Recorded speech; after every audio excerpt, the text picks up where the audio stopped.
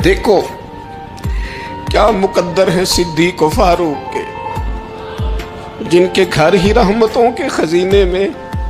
بھلا کیا کہا نبی پاک، حضور نے فرمایا میرے اوپر جس نے نیکی کی تھی بدلہ دے دیا ہے۔ یہ جو میرے ابو بکر صدیق ہے نا،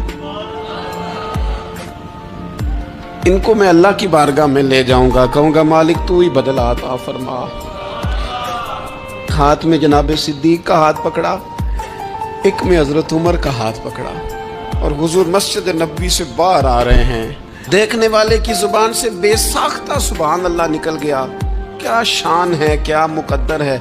تو حضور علیہ السلام روک گئے اور روک کے فرمایا تو حیران ہو رہا ہے نا، تو حیران ہو رہا ہے نا کہ میں نے ایک ہاتھ میں ابو بکر کو پکڑا ہے، ایک میں عمر کو پکڑا ہے۔ فرمایا قیامت میں جب میری قبر کھلے گی تو میں اسی طرح قبر سے نکلوں گا۔